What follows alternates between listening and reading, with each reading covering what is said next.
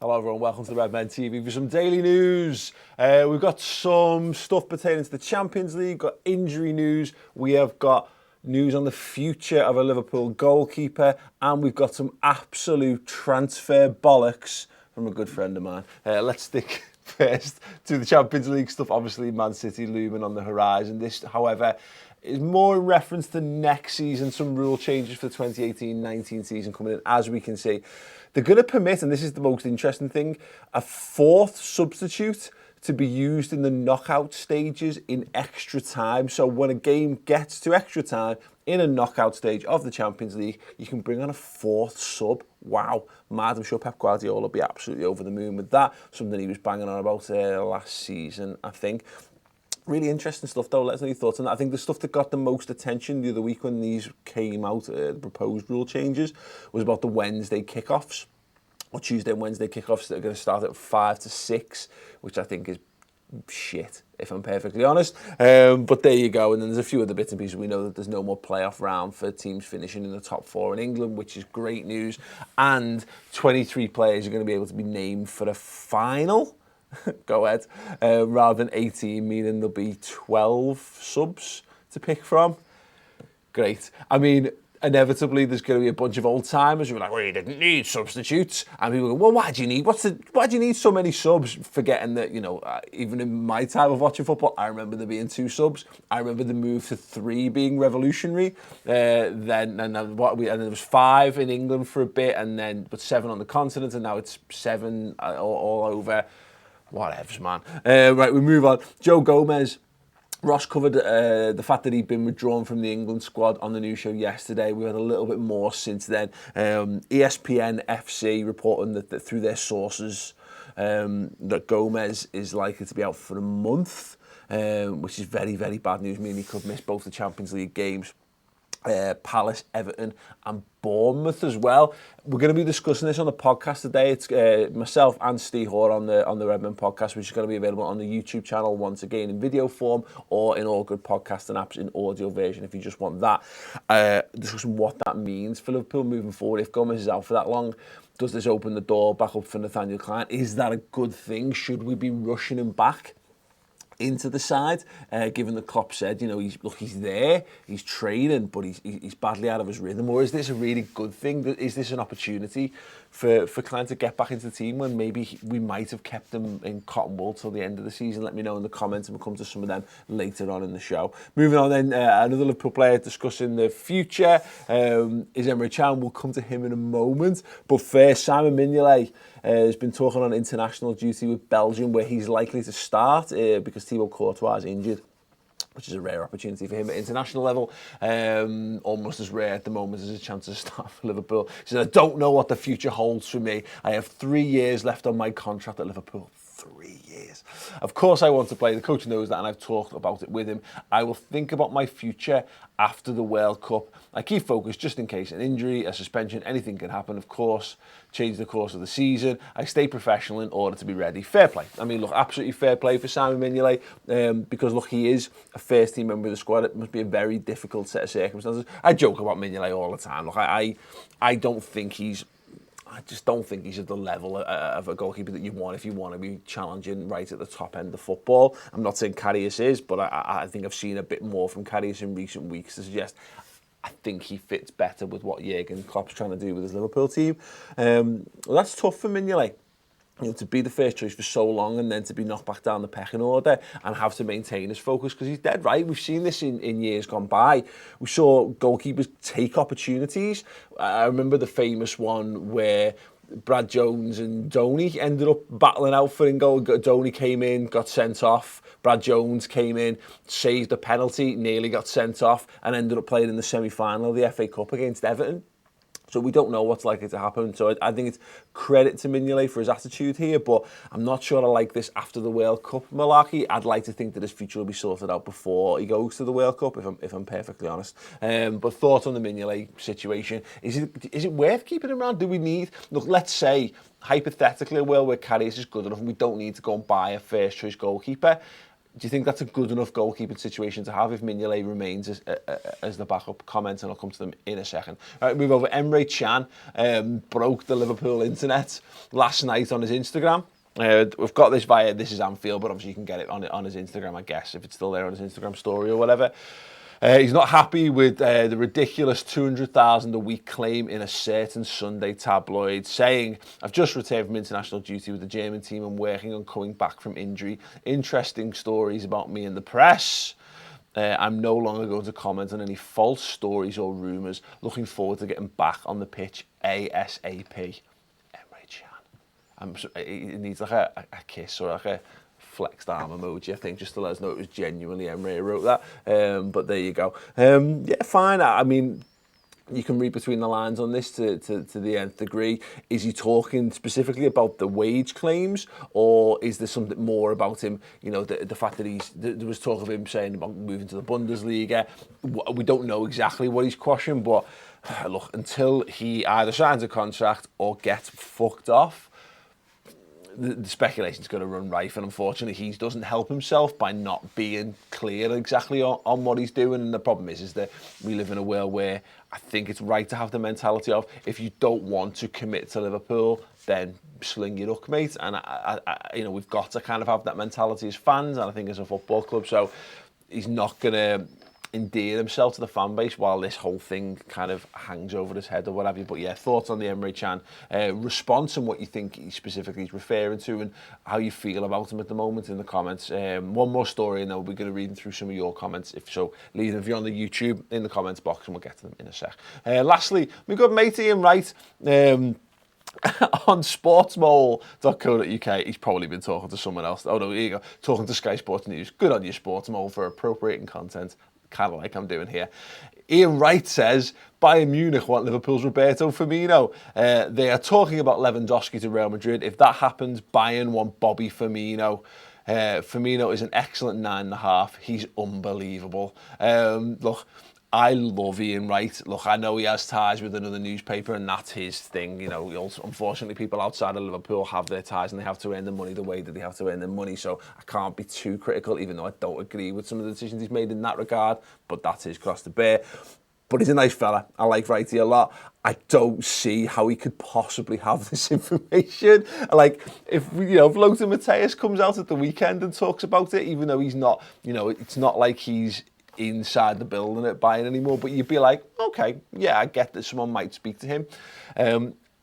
Maybe there's more context. Of course there's more context, and if you know it, let me know in the comments, but I don't see how Ian Wright could possibly know that about Bayern Munich.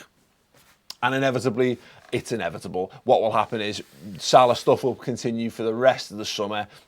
And now every good Liverpool player will inevitably be linked with big clubs for two reasons. The most important of which is that alternative media like to drive us crazy and mainstream media like to drive clicks because they're pooing their pants because nobody is interested in them and what they say anymore. So in order to make sure that they maintain themselves as a viable business, they need as many eyes on their website as possible. So they're stealing ways of doing this from random mad Twitter accounts that, as we've said in the past, are all run by autistic sociopaths who feel the need to make people feel miserable at their football clubs. So look, I'm not saying this. Ian Wright he might have been told something. He might well have been told something, and he's just passing it on. Fair play to him. But look, this is going to happen all summer long. We're going to see all of our best players linked away. The trick is to just maintain cool, maintain your calm, keep smile and enjoy the players while we've got them, because who knows in the future, but trust that Liverpool are doing the right things. And really, these players do want to play for Liverpool, at least for another couple of seasons, I would suspect. Right, comments. Let's get over. Let's see what we've got. James is the man with the comment mic today. James, what have you got? Jack Crotty says, would you want to keep Can after he says he wants to go to a bigger club? Yeah, this is inevitably the issue. In my heart of hearts, no. Emre Can can swivel if he doesn't want to play. And look, we've seen this before. I go back to the Jamie Carragher interview in the build-up to, was it the semi-finals of the Champions League in 2005? And he said, he was asked about bigger club, would you join a bigger club than Liverpool? And he looked like, bigger clubs? bigger clubs are there than Liverpool? And I get that, inevitably, in realistic terms, Real Madrid and Barcelona are probably at this point in time bigger clubs than Liverpool. But yeah, I don't know. I find it hard. But then is the thing, what I've learned to do is to put aside to some degree some of this stuff and some of the emotional side around footy, because what's better than having morals in these situations is having a boss team that wins things. And if Emre Can is a key to us being an even better team next season, then who gives a fuck if I feel a little bit upset by the fact that he said a few words? Because ultimately words are bollocks. Winning silverware is the most important thing. Yes, nailed it, James. Amon Croyer says, Gomez is solid, but we shouldn't write off Trent just because of a poor game against United. Completely agree. Yeah, completely agree. No need to write Trent off. I think what we've seen, I think he's probably had 3 bad games this season. 2 since the turn of the year. The West Brom one, standing out. Man United, not great. And there was one earlier in the season, which I couldn't tell you the specific game, but it definitely happened. I think he's come back strong. I think for a young lad playing his first full season at fullback, exceptional talent, absolutely exceptional talent. I'm a little fearful, if I'm honest, of him coming into big games, particularly in the Champions League. It would have been nice to have someone a bit more solid like Gomez available, but Nathaniel Klein, fingers crossed he's available for that. And sometimes, heroes are forged in the fiery crucibles of massive football games. So yeah, big chance for Trent to cement his place as a Liverpool player, to start building on the legend that we might look back on in 10, 15 years of him as a Liverpool player. Yeah, I think every footballer would want the opportunity to play and prove themselves, and this could be the thing that really makes Trent a superstar for the next generation. So there you go. Yes. Ollie Baxendale says, Mignolet is done. Time to move on. I'd rather have Danny Ward as number 2. You know what? I absolutely agree with that, if I'm honest. I don't know what the deal is with Danny Ward.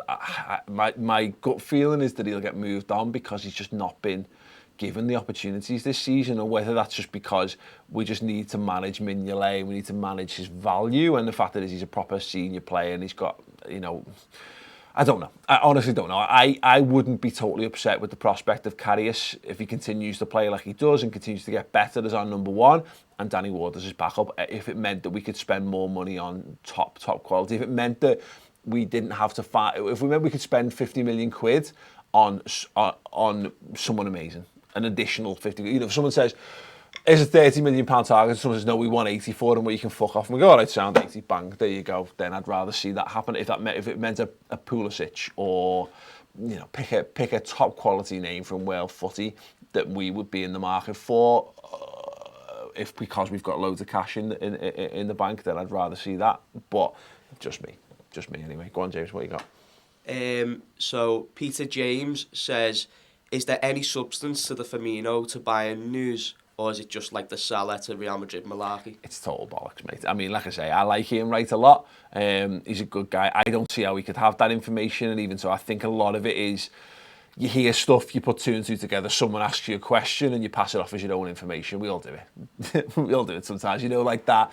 I've got this great story to tell you. So, my auntie, well, it wasn't really your auntie, it was your auntie's best mate. She goes to the park, dog walking, with someone who told her this story, and inevitably you shorten down the links in the story so that people don't go, what a load of bollocks. Again, sorry, righty, but yeah, it looks like horse shit to me, if I'm perfectly honest. But inevitably, I think here's why it's a good thing. Bear with me, because if top clubs are linked with your players, it means your players are boss.